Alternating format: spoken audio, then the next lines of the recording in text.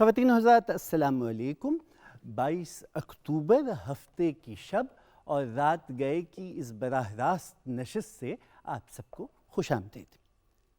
خواتین و حضرات، یہ غالباً 1976 کا واقعہ ہے کہ اقوام متحدہ نے میکسیکو کے دارالحکومت میں پہلی خواتین بین الاقوامی کانفرنس کا ڈور ڈالا۔ خاتون اول بیگم نصرت بھٹو کی سربراہی میں پاکستان کی جانب سے ایک بہت اہم وفد تشکیل دیا گیا اور وزارت اطلاعات کو حکم ہوا کہ وہ اپنے ذیلی ادارے پاکستان ٹیلی ویژنز کو یہ حکم صادر کرے کہ وہ اس کی پروڈیوسر منیزہ ہاشمی کے ذریعے فیض صاحب تک یہ پیغام پہنچا دیں کہ اس موقع پر ایک نغمہ، ایک ترانہ لکھا جائے جسے پاکستانی وفد اپنے ہمراہ لے جائے اس کانفرنس میں۔ فیض صاحب نے عورت کا بیانیہ لکھا تو کہا، میرا درد نغمہ بے صدا، میری ذات ذرہ بے نشاں، میرے درد کو جو زباں ملے مجھے اپنا نام و نشاں ملے۔ یہ جو نغمہ بے صدا ہے، گویا اس میں اس انگریزی مقولے کی مقبول انگریزی مقولے کی بازگشت سنائی دیتی ہے کہ history has always been his story because her story has never been return. تاریخ ہمیشہ مرد کی داستان رہی ہے کیونکہ عورت کی کہانی تو کبھی لکھی ہی نہیں گئی۔ تو اگر کیا یہ کہانی لکھی نہیں گئی تو کیا یہ کہانی تھی بھی نہیں؟ عورت کی آواز کو تسلیم کرنے میں معاشرے نے اس تساہل سے کس لیے کام لیا؟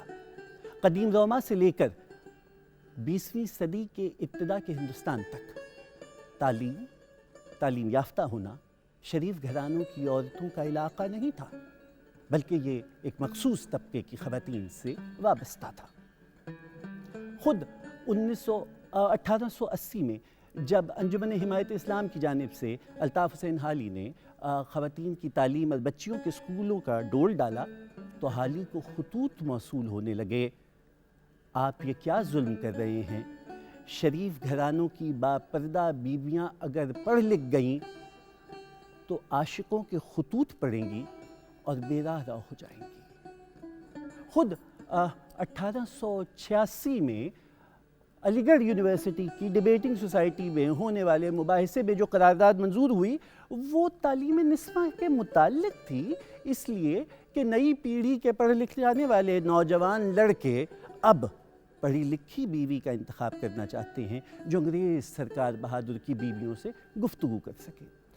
عزرا ریاض علی نے اپنی کتاب میں لکھا، یہ گویا خواتین کی تعلیم میں انقلاب نہیں تھا اور معاشرے نے کوئی نئی کروٹ نہیں لی تھی، بلکہ میرج مارکیٹ میں خواتین کے پراسپیکٹ بہتر کرنے کا ایک نیا راستہ تھا۔ خواتین و حضرات، ہم یہ تو سنتے ہیں کہ کہیں تاریخ میں کوئی ایمیزون واریر تھے، لیکن ان کی کہانی کہاں ہے؟ کیا سبب ہے کہ رضیہ سلطانہ کو خود اس کے بھائیوں نے مار دیا؟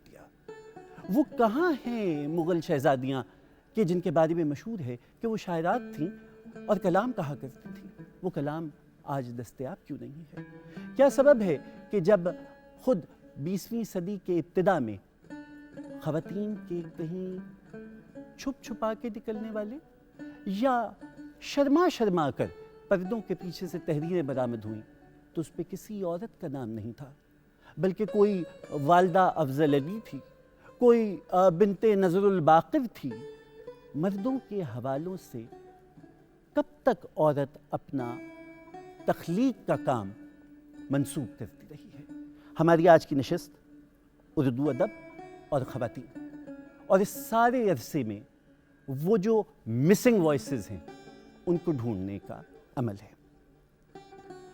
آپ جانتے ہیں کہ میرے پروگرام میں ہمیشہ شریک گفتگو اس موضوع سے منسلک شخصیات ہوتی ہیں، اور آج ہم نے دو ایسی خواتین شخصیات کا انتخاب کیا ہے کہ جو اپنی ذات میں انجمن ہیں۔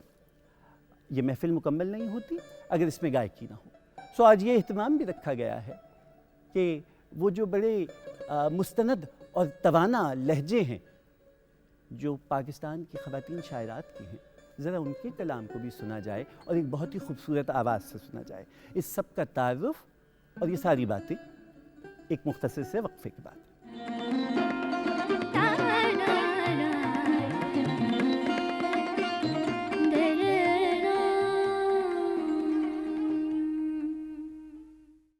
خواتین و حضرات، رات گئے کی نشست میں ایک بار پھر خوش آمدید۔ اس مختصر سے وقفے پہ جانے سے پہلے میں نے آپ سے عرض کیا تھا کہ آج جس موضوع کا انتخاب کیا گیا ہے وہ اردو ادب اور عورت کی آواز، خواتین شاعرات اور ادیبوں کی آوازیں جنہیں تسلیم کرنے میں تساہل سے کام کیوں لیا گیا، یہ ہمارا موضوع گفتگو ہے۔ پاکستان ٹیلی ویژن کی اکیڈمی کا قیام ہوا تو جناب اسلم اظہر سے فرمائش ہوئی کہ آپ بھی ایک ایسا کورس پڑھائیے کہ جس میں تخلیق کے جوہر پروڈیوسرز میں شامل کیے جا سکیں۔ اسلم اظہر صاحب نے جواب دیا، میں ٹیلی ویژن میں ٹیلی تو پڑھا سکتا ہوں، ویژن نہیں پڑھا سکتا۔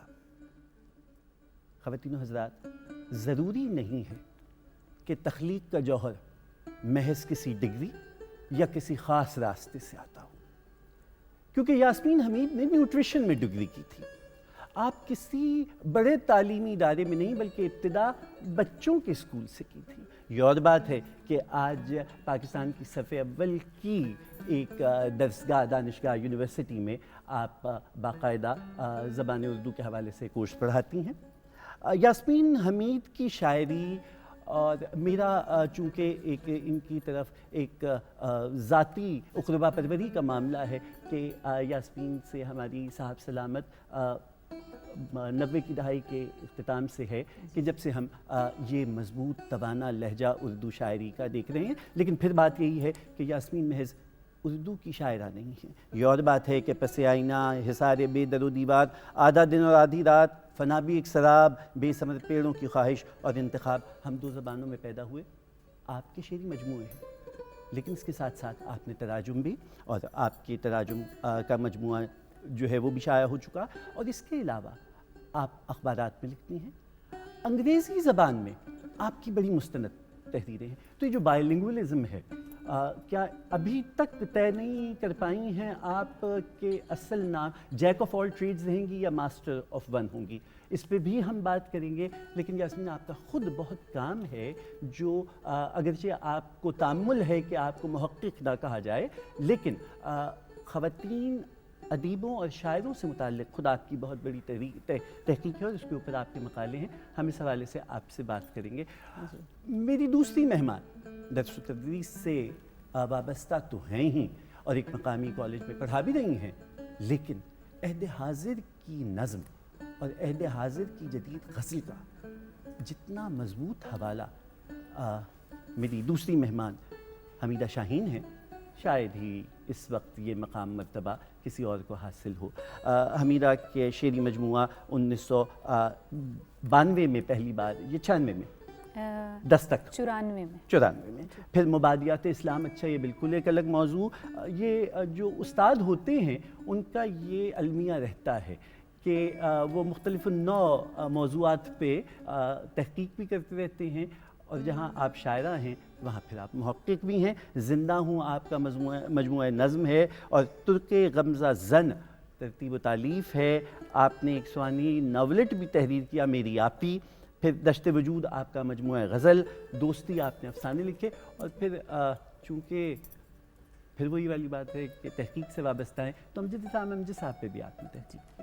حمیدہ، آپ سے ہم جو نمائندہ لہجے قیام پاکستان کے بعد کے اور جو نئی شاعری میں خواتین آ رہی ہیں اس حوالے سے بات کریں گے، اور اس نشست میں آپ دونوں کی بڑی جسے کہنا چاہیے کہ کنٹروورسی کریٹ ہونی چاہیے، ذرا دلچسپی طبی ہے۔ آج جس آواز کا انتخاب کیا گیا ہے، چونکہ آپ جانتے ہیں کہ ہماری یہ نشست مکمل نہیں ہے اگر اس میں سر کی بات نہ ہو۔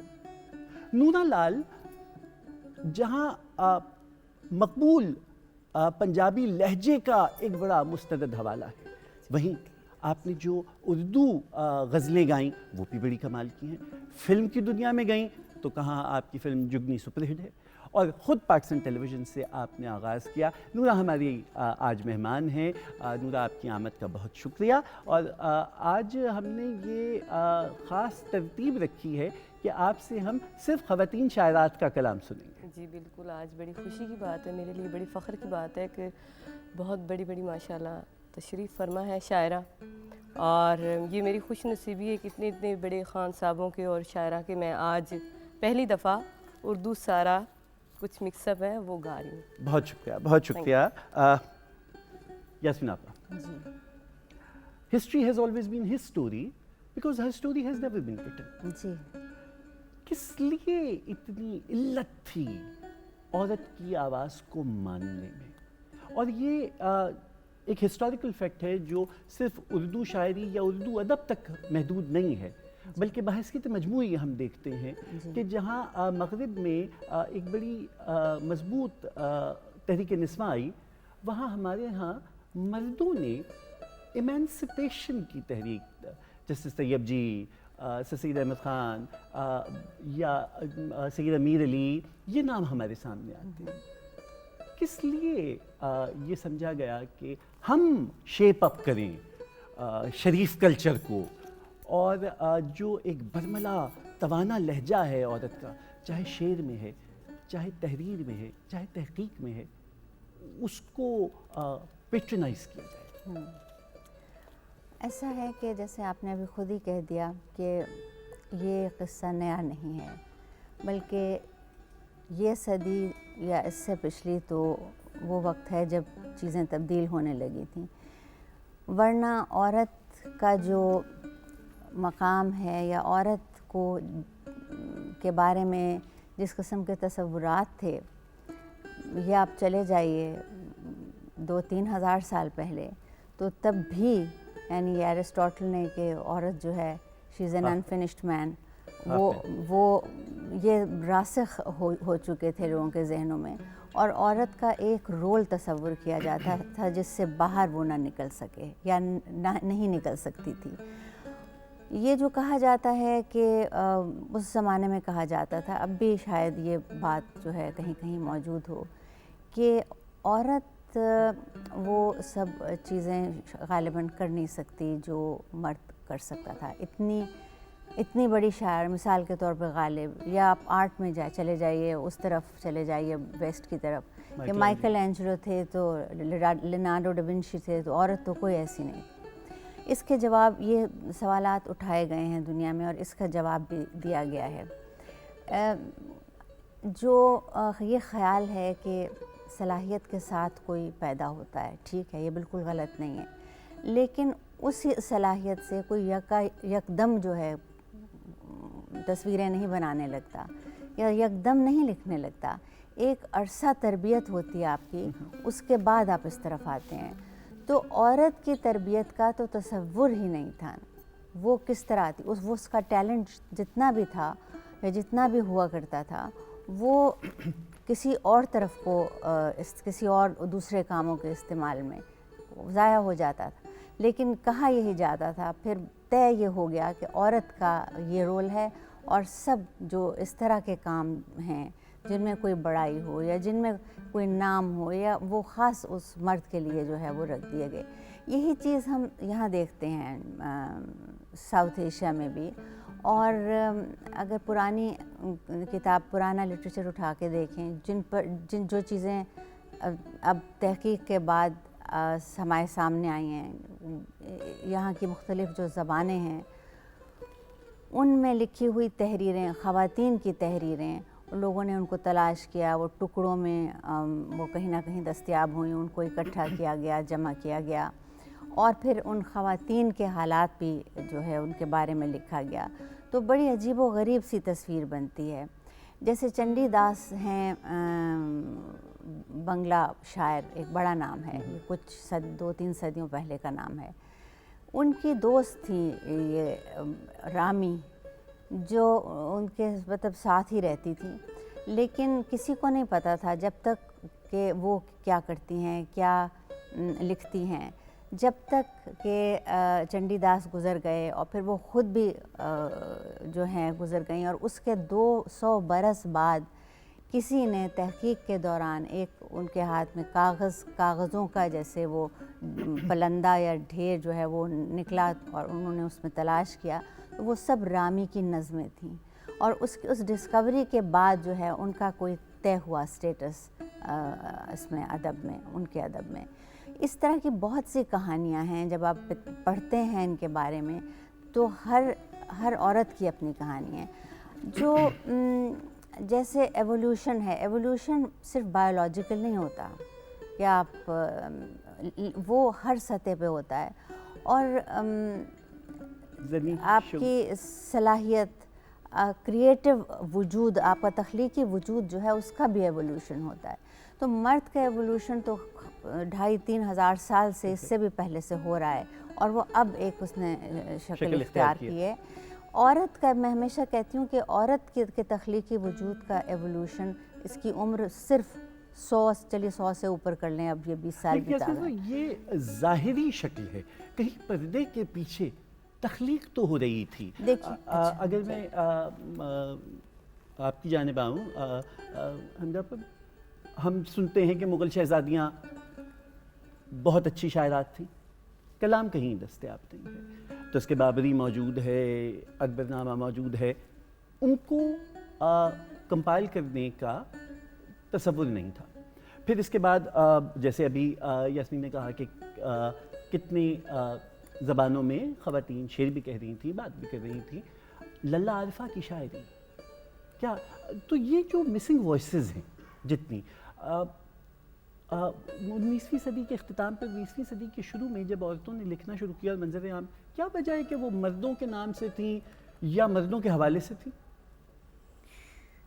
آپ نے آغاز میں بڑی خوبصورت ایک بات کہی تھی کہ تاریخ نے مردوں کی کہانی لکھی، عورت کی نہیں لکھی، تو کیا عورت کی کہانی تھی ہی نہیں؟ تو اسی ایک جملے کے اندر یہ پوری کہانی موجود ہے کہ کہانی تو تھی لیکن لکھی نہیں جا رہی تھی، یا اگر لکھی جا رہی تھی تو وہ مخفی تھی. ابھی آپ نے شہزادیوں کا ذکر کیا، تو زیب النساء مخفی، یعنی تخلصی مخفی رکھا. تو یہ ایک تصور جو ہمارے بر صغیر کے اندر موجود تھا کہ عورت اپنے وجود کا اظہار اگر کرتی ہے تو اس کی کچھ حدود ہیں، ان حدود کو اگر وہ پار کرے گی تو شاید وہ اس کی نسوانیت کے یا اس کے جو معاشرتی وقار ہے اس کے خلاف ہے، یا اگر میں تھوڑا سا کھل کر کہوں تو اس کے جو گھرانے کے ریت رواج ہیں اور جو مردوں کی حمیت یا غیرت ہے وہ اس کے منافی ہے. یہ ایک تصور تھا جس کی وجہ سے. لیکن مجھے جو مزے کی بات لگتی ہے بر صغیر کی میں یہ آغاز جو ابھی آپ نے جس کی طرف اشارہ کیا اس کو پڑھتے ہوئے، کہ نسائی احساس کا پہلا جو قدم ہے وہ بھی مردوں ہی کی طرف سے رکھا گیا. جیسے آپ نے ابتدا میں حالی کا نام لیا، تو حالی کو پہلا فیمنسٹ کہا جاتا ہے. اور اس کے علاوہ بھی ہم دیکھتے ہیں کہ بہت بڑے بڑے نام ہیں جنہوں نے نثر میں بھی خواتین کو لکھنے کی کوشش کی. لیکن یہیں سے میں سمجھتی ہوں کہ آغاز ہوا عورت کے اندر تحریک پیدا ہونے کا. جب مرد نے نسائی احساس کو زبان دینے کی کوشش کی اور کہا کہ عورت کی کہانی بھی لکھی جانی چاہیے، تو عورت نے یہ محسوس کیا کہ مرد جب میری کہانی لکھتا ہے تو وہ اس طرح سے نہیں لکھ پاتا جس طرح سے میری آنکھ دیکھتی ہے، جس طرح میرا دل سہتا ہے، جو کچھ میں محسوس کرتی ہوں. تو میرا خیال یہ ہے کہ یہیں سے عورت کے اندر یہ احساس پیدا ہوا کہ مجھے اپنی کہانی خود لکھنا چاہیے. اس دور کے یاسمین کون سے نامور نام ہمارے سامنے آتے ہیں؟ جیسے ایک تو والدہ افضل علی کا ہمارے پاس ہے، اس کے علاوہ کون کون سے نام ہیں؟ اس دور سے مراد آپ کا کہ ابتدا 20ویں صدی سے پہلے، 20ویں صدی کا ابتدا. 20ویں صدی سے پہلے جو سب سے بڑا نام جو میری اس میں ہے نظر میں، وہ جو ان کو پہلی ناول نگار، خاتون ناول نگار ہی کہنا چاہیے، کیونکہ نذیر احمد کے ہی اثر میں انہوں نے جو ناول لکھا تھا اصلاح النساء، ان خاتون کا نام ہے رشید النساء. ان کی کتاب غالباً 1881 میں لکھ لی گئی تھی، لیکن وہ ظاہر نہیں ہوئی. ان کا بیٹا، اس وقت اس کی عمر کم تھی، تو وہ اپنی والدہ کو ان کا دیکھتا رہتا تھا کہ یہ کچھ لکھ رہی ہیں، کچھ بنا، ان سے کوئی گفتگو ہوتی ہوگی۔ وہ پھر جب بڑے ہوئے اور باہر سے یعنی انگلستان وغیرہ سے پڑھ لکھ کے واپس آئے تو انہوں نے اپنی والدہ سے کہا کہ وہ آپ کچھ لکھا کرتی تھیں۔ انہوں نے پھر ان کو جب وہ دکھائی کتاب تو بیٹے نے اس کو چھپوایا، لیکن اس کتاب پہ جب وہ پہلا اس کا ایڈیشن ہے اس پر رشید النساء کا نام نہیں ہے۔ وہ اپنے بیٹے کی نسبت سے، بھائی کی نسبت سے، شوہر کی نسبت سے وہاں پہ جیسے ابھی آپ نے کہا، تو وہ سب بہت عرصے کے بعد جب ظاہر ہے چیزوں پہ تحقیق ہوتی ہے، لوگ تلاش کرتے ہیں، تب پتہ چلا کہ یہ خاتون جو ہیں اور ان کا یہ نام ہے اور یہ اس خاندان کی ہیں وغیرہ وغیرہ۔ وہ ناول ہے آج کل میرے پاس بھی ہے، چھپتا ہے اور وہ لوگ دیکھ لیتے ہیں۔ خواتین کے جو رسالے ہیں وہ بھی تو جی ایک اور بات میں کہوں گی کہ ایک اور بڑا اہم نام اس زمانے کا زیخ شین کا ہے۔ جی زیخ شین کا نام ہے زاہدہ خاتون شیروانیہ۔ یہ بالکل اینڈ آف 19th سینچری 1894 ان کی پیدائش ہے اور 28 سال کی عمر میں ان کا انتقال ہو گیا۔ انہوں نے جو 8 مختلف ناموں سے مختلف جگہ پر لکھا، کیونکہ یہ سیاسی مضامین بھی لکھتی تھیں۔ شاعر بہت پختہ، اتنی پختہ کہ آپ اور اقبال کے اثر میں جیسے ان کی اقبال کا لہجہ تھا، اور ان کی آئینہ حرم ایک ان کی نظم ہے، کافی طویل ہے، بلکہ میرا اپنا خیال ہے کہ وہ پہلا فیمنسٹ جو تو حالی کے لیے بھی کہا جاتا ہے لیکن اس میں بھی اسی قسم کی شدت ہے، وہ انہوں نے لکھا۔ سو یہ ایک بہت توانا آواز تھی جس کو ان کے اپنے زمانے میں جو ہے وہ چھپایا گیا۔ پھر یہ خواتین، یہ جو رسالے تھے، یہ خواتین کے تو نہیں، یہ ایسے رسالے ان میں مرد بھی لکھا کرتے تھے، لیکن یہ اس لیے شروع کیے گئے تاکہ خواتین میں جو جھجک ہے یا وہ دوسرے رسالوں میں چھپنے سے کوئی کوئی ممانعت ہے، ان کو اجازت نہیں ہے، تو یہ اس رسالے نکالے جائیں جس میں خواتین جو ہے خاص طور پہ ان کی تحریریں۔ اس طرح کا سب سے پہلا رسالہ 1884 میں آیا تھا، یہ جو فرہنگ آصفیہ والے ہیں نا، سید محمد دہلوی غالباً میں نام نہ غلط لے رہی ہوں، انہوں نے شروع کیا تھا۔ یہ پہلا رسالہ سمجھا جاتا ہے، لیکن وہ 1-1.5 سال میں جیسے پھر تہذیب نسواں، وہ یہ بہت لاہور سے بالکل ان کے امتیاز علی تاج کے والد اور والدہ محمدی بیگم، مولوی ممتاز علی اور محمدی بیگم۔ محمدی بیگم کا بہت جلدی انتقال ہو گیا تھا، میرا خیال یہ رسالہ شروع کرنے کے تقریباً 8-9 برس بعد ہی، لیکن وہ اس کو پھر چلایا۔ نام ادب میں جی بالکل، یہ اہم کام تھا نا، بہت بڑا کام انہوں نے کیا، اور ایک جو اولین چیزیں تھیں ان میں سے۔ اس کے بعد عصمت شریف بی بی، یہ رسالے تھے، اس کے علاوہ بھی کوئی کافی 7-8 رسالے تھے اس دور میں نکلتے تھے۔ بالکل۔ قاری جہاں درازے میں قدرت اللہ حیدر نے بڑے تفصیل سے اس پہ ذکر کیا ہے، اور کیونکہ ان کے اپنے خاندان کی خواتین جو تھیں، سجاد یلدرم کی بہن بنت نزل الباقر کے نام سے لکھ رہی تھیں۔ یہ سلسلہ حمیدہ ہم دیکھتے ہیں کہ خود قیام پاکستان کے وقت تک آتا ہے، کیونکہ ایک نام ایسا ہے کہ جو مخفی بھی تھا اور موجود بھی تھا، اور اردو غزل نے اور اردو ادب نے ادا جعفری کو وہ ریکگنیشن دی نہیں جس کی وہ حقدار تھی۔ لیکن دیکھیے، ابتدا گزاروں کا نام کبھی تاریخ سے مٹایا نہیں جا سکتا۔ وہ ابتدا میں ادا بدایونی کے نام سے لکھتی تھیں، اس کے بعد ادا جعفری کے نام سے انہوں نے لکھنا شروع کیا، بلکہ ان سے پہلے اگر جیسے ابھی یاسمین آپا نے بات کی ناول نگاروں کی، تو شاعری میں مہلکہ چندہ بائی کو پہلی صاحب دیوان شاعرہ کہا جاتا ہے۔ تو یہ اس کے بعد سلسلہ یہ چلتے ہوئے ادا بدایونی تک آتا ہے۔ لیکن میں ابھی آپ نے کنٹروورسی کی بات کی تھی، تو مجھے تھوڑا اختلاف کرنے کی اجازت دیجیے کہ ایسا ہے نہیں، کیونکہ ہم جب بھی خواتین کے ادب کی بات کرتے ہیں، خاص طور پہ جب ہم آغاز کرتے ہیں پاکستانی اردو ادب کا اور اسپیشلی شاعری کے اندر، تو پہلا نام ہی ادا جعفری صاحبہ کا آتا ہے۔ تو اس لیے میرا خیال نہیں کہ ان کو بہت نظر انداز کیا جا نہیں سکتا، مجبوری ہے ہماری. تو میرا خیال ہے کہ مجھے اختلاف ہے آپ کی اس بات سے. تو ان پر ظاہر تحقیق بھی ہوئی ہے، ان کی کتابیں جو ہیں وہ تجزیے لکھے گئے ہیں ان کے بارے میں.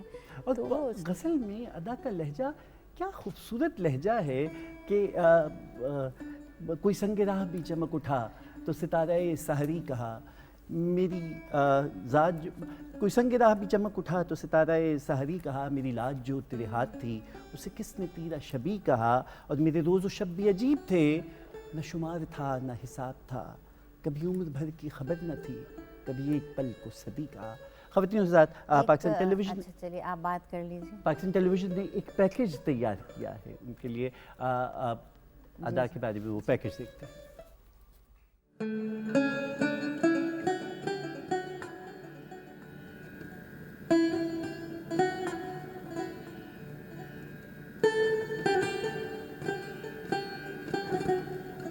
وہ ماحول ایسا تھا جہاں لڑکیوں کی زندگی بہت دشوار تھی، ان کے لیے بے انتہا پابندیاں تھیں. میں نے وہ سب آنکھوں سے دیکھی ہیں.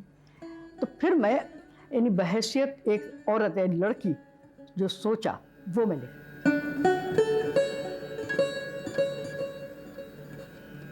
اس وقت جو شاعری میں نے کی اور اس ماحول میں کی، وہ اس ماحول سے بغاوت یقیناً تھی، لیکن میں اسے بغاوت نہیں کہتی، میں اسے احتجاج کہتی ہوں کہ وہ احتجاج کی تھی. اور جو تصویریں میں نے پیش کی عورت کی زندگی کی، میں نے اس میں ہلکے رنگ استعمال کیے، گہرے نہیں استعمال کیے. آج بھی میں ہلکے رنگ استعمال کرتی ہوں اور میرا لہجہ آج بھی ہلکا ہے. میرے گیت ادھورے، میرے گیت ادھورے.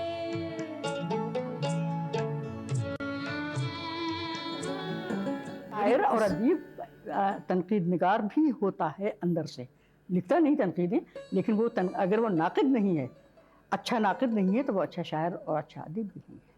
وہ اسے معلوم ہونا چاہیے کیا چیز اچھی ہے کیا بری ہے.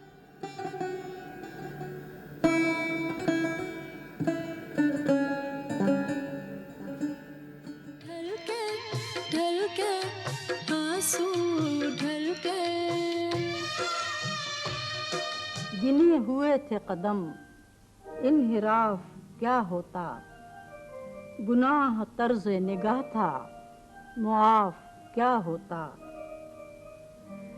جھکی ہوئی میری آنکھیں، سلے ہوئے میرے لب، اب اس سے بڑھ کے تیرا اعتراف کیا ہوتا.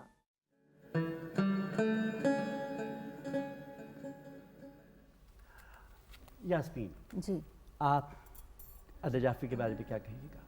جی، مجھے خیال آ رہا تھا جب آپ بات کر رہے تھے اور یہ ہم نے فلم دیکھی چھوٹی سی، ادا جعفری بدایون میں پیدا، جیسے انہوں نے کہا ادا بدایونی کے نام سے انہوں نے، لیکن ان کی رسمی تعلیم نہیں، یعنی وہ کسی اسکول کالج میں نہیں گئیں، کیونکہ گھر میں ان کی تعلیم ہوئی. اور دیکھیے پتہ تو نہیں چلتا ہے ایسا کوئی. اور اس کے بعد 1900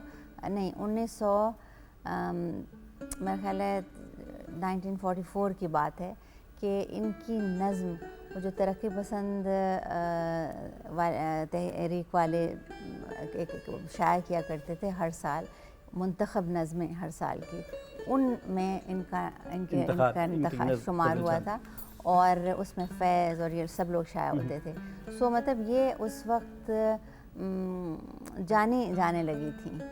اور جیسا آپ نے کہا نا کہ ان کو نہیں پہچان پوری ملی، میرا خیال ہے کہ ایسا واقعی بھی جیسے کہہ رہی تھی حمیدہ، ایسا نہیں ہے، کیونکہ پہچان کا مطلب یہ نہیں ہوتا کہ بہت زیادہ شہرت ہے کہ آپ دنیا آپ کی تصویریں پہچان رہی ہے. اور یہ ان کو آپ کی جو ہسٹری آف لٹریچر ہے اردو کی، جو اگر ہم نورا کی جانب چلیں، کیونکہ ہم یہ جانتے ہیں کہ پاکستان ٹیلی ویژن نے ادا کی بہت ساری غزلیں جو ہیں وہ یہ بھی، اور اس کے نگرانی کی آواز میں بہت سی ہوئی. نورا، کون سی پہلا آپ غزل جو ہے وہ ہمیں سنا رہی ہیں، اور غالباً ادا جعفری کی ہے؟ جی میں استاد امانت علی خان صاحب کی غزل ہے گائی انہوں نے، اور شاعرہ ادا ادا جعفری جعفری صاحبہ کی. جی جی ہوٹوں پہ کبھی ان کے میرا نام نہیں آیا.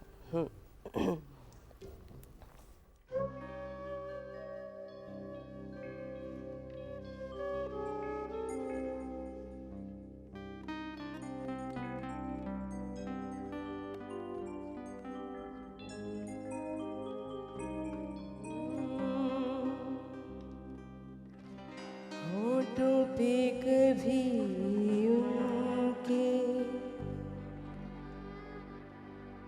میرا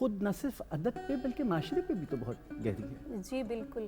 ابھی آپ نے پارٹیشن کا ذکر کیا تو میں جب بھی یہ پڑھتی ہوں جیسے انہوں نے ذکر کیا ہے خدیجہ مستور کا، ہاجرہ مسرور کا، جن لوگوں نے پارٹیشن پہ لکھا ہے، اور بعد میں آنے والے حتیٰ کہ بعد میں آنے والے لوگوں نے بھی پارٹیشن پہ لکھا ہے، جیسے افرا بخاری صاحب کا افسانہ ہے.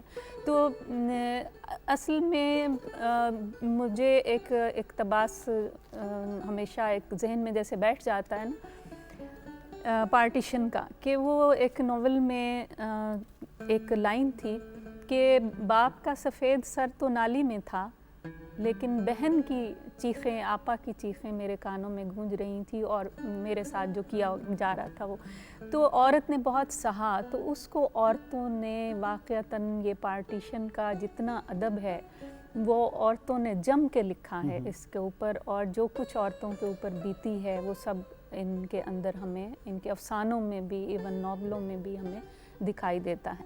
اچھا مختصر یاسمین آپ سے اگر میں پوچھوں، اس میں ہم دیکھتے ہیں کہ جتنی خواتین ابتدا میں آئی ہیں، ترقی پسند تحریک ہوئی، یہ جو فلڈ گیٹ کھلتا ہے، بغاوت کا لہجہ نمایاں ہے، لیکن پھر زیادہ نگاہ کے آتے آتے ملائم سمجھوتے کی چادر. نہیں، زہرا آپا نے دیکھیے جو بعد میں نظمیں لکھی ہیں، زہرا آپا نے شروع میں غزلیں لکھی ہیں، پھر یہ آپ جس نظم کا حوالہ دے رہے ہیں، لیکن جو ان کی بعد کی نظمیں ہیں وہ بالکل مختلف ایک ان کا لہجہ ہے، اور ان میں ترقی پسند ایلیمنٹس بہت زیادہ ہیں، اور اگر آپ ان کو مطلب 10-20 نکال لیں، اس سے زیادہ بلکہ آ جائیں گی. میرا خیال ہے ہر نظم ان کی بات کی اس میں کچھ نہ کچھ عناصر جو ہیں ترقی پسندی کے ہوں. مثلا افغانستان کے بچے کے بارے میں نظم جی، لکھی، یہ اب ترقی پسند یہ اسی میں شامل ہو بہت جائیں گے. خوبصورت انداز ہے.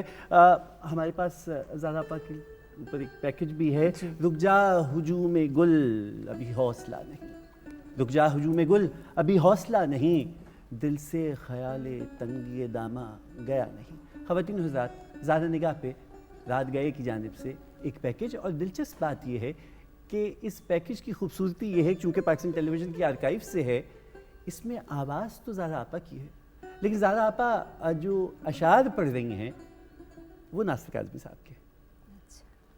ترنم ہے.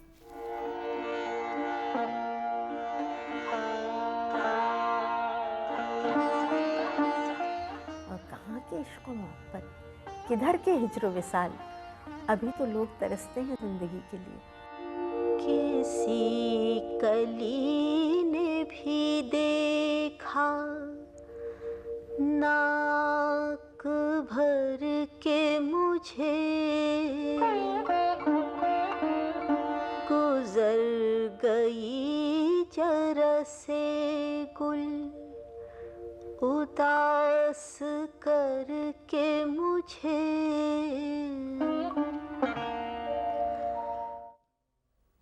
واہ، زہرا آپا پہ کیا خوبصورت ترنم بھی تھا. اب تو یہ بہت خال خال ہو گیا ہے. جیسے آپ تو ترنم سے نہیں پڑھتی بالکل؟ نہیں، میں کوشش بھی نہیں کی؟ نہیں، میں بالکل نہیں پڑھتی ترنم سے. لیکن میرے خیال میں اپنی چیزیں نہیں پڑھتی. اچھا، باقی باتھ روم سنگر ہیں. آپ کی شاعری، آپ کی کتاب 2002 کی میرے پاس ہے کہ جب آپ کی جانب سے عطا ہوئی تھی، اور اس میں ایک بڑی خوبصورت بات یہ ہے کہ آپ کی خود تحریر، آپ نے ٹیلی ویژن کے لیے وہیں پہ ایک نظم پڑھی تھی جو میری پسندیدہ نظموں میں سے ایک نظم ہے. وہ آپ کے ہاتھ کی تحریر بھی اسی کتاب میں میرے پاس موجود ہے. آپ نے ایک نظم لکھی جو ایسا معلوم ہوتا ہے کسی جہاز کی فلائٹ نمبر ہے. جی، فلائٹ نمبر ہی ہے جی، PK 754. یہ کیا کوئی کریش کی کہانی تھی کیا؟ نہیں، خدا نہ کرے. اس کی انسپریشن، بس انسپریشن جو ہے وہ سمجھ میں نہیں آتی. جو کریٹیو لوگ ہوتے ہیں ان کی انسپریشن کس وقت کیا چیز جو ہے ان اس طرف لے جائے. تو یہ میں سفر کر رہی تھی، اسی فلائٹ پہ سفر کر رہی تھی، اور جب ٹیک آف کر رہا تھا جہاز تو میں نے اس کی پہلی لائن لکھی، پھر 2-3 مصرے لکھے، اور وہ سفر کے دوران ہی بورڈنگ پاس پہ میں نے یہ نظم اسی پہ لکھ لی، اور بعد میں جا کے صاف کی تو جب میں نے اس کا نام سوچا تو میرے ذہن میں یہی آیا PK7، یہی فلائٹ نمبر تھا جب میں سعودی عربیہ سے لاہور آ رہی تھی. تو کہ گزارش آپ تو سے یہ ہو کہ جی میں پیش کرتی ہوں PK754. شہر جگمگا رہا ہے، شہر جگمگا رہا ہے اور کسی خفیف روشنی میں تم بھی سو رہے ہو. ان بلندیوں سے چاند کی زمیں قریب ہے مگر نہیں، ان بلندیوں سے چاند کی زمیں قریب ہے مگر نہیں. ہوا یہاں پہ تیز ہے کہ سرد ہے کسی کو بھی خبر نہیں. یہ بادلوں کا تیرتا دھواں ہے یا رفاقتوں کی گرد ہے. یہ بادلوں کا تیرتا دھواں ہے یا رفاقتوں کی گرد ہے. یہ کانپتی ہوئی صدائے واپسی کی لہر ہے کہ ڈولتا ہوا بدن اڑان کا کہ جھولتی ہوئی زمین نشیب کی. واہ. وہ کون تھا جو مٹھیوں میں ریت بھر کے سو گیا. واہ کیا کہیں. وہ کون تھا جو مٹھیوں میں ریت بھر کے سو گیا. خیال و خواب سے بھی دور ہو گیا، بھٹکتی رات کے الجھتے گیسوؤں میں کھو گیا. I'm sorry. ستارے میرے ساتھ چل رہے ہیں کیا. وہ کون سی خلش ہے جس کو مطمئن نہیں کیا. بلندیوں جدائیوں نے موت کے خیال نے بھی مطمئن نہیں کیا. واہ واہ واہ. بلندیوں کے پستیوں کے ہم سفر بتاؤ تو زمین پر فضاؤں میں جو راستہ نہیں بنا وہ کیا ہوا. بلندیوں کے پستیوں کے ہم سفر بتاؤ تو زمین پر فضاؤں میں جو راستہ نہیں بنا وہ کیا ہوا.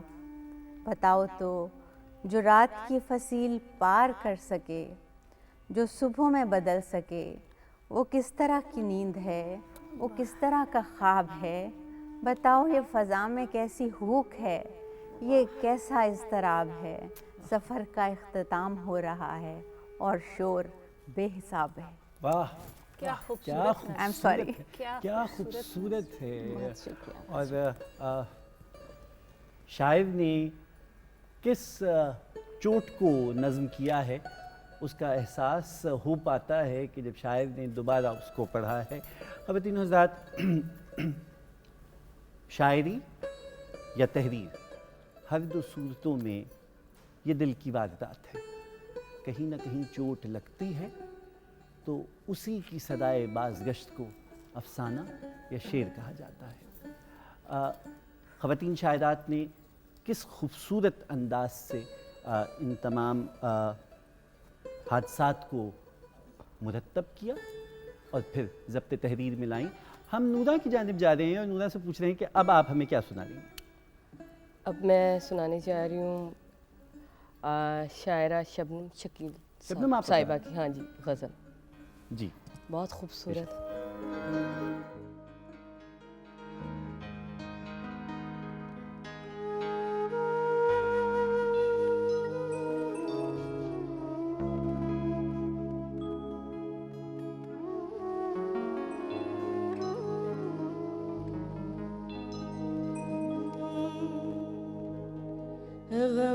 مجھے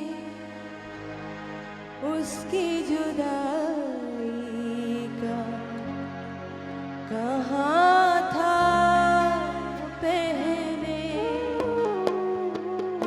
مجھے اس کی جدائی کا کہاں تھا پہلے. دور تھا پر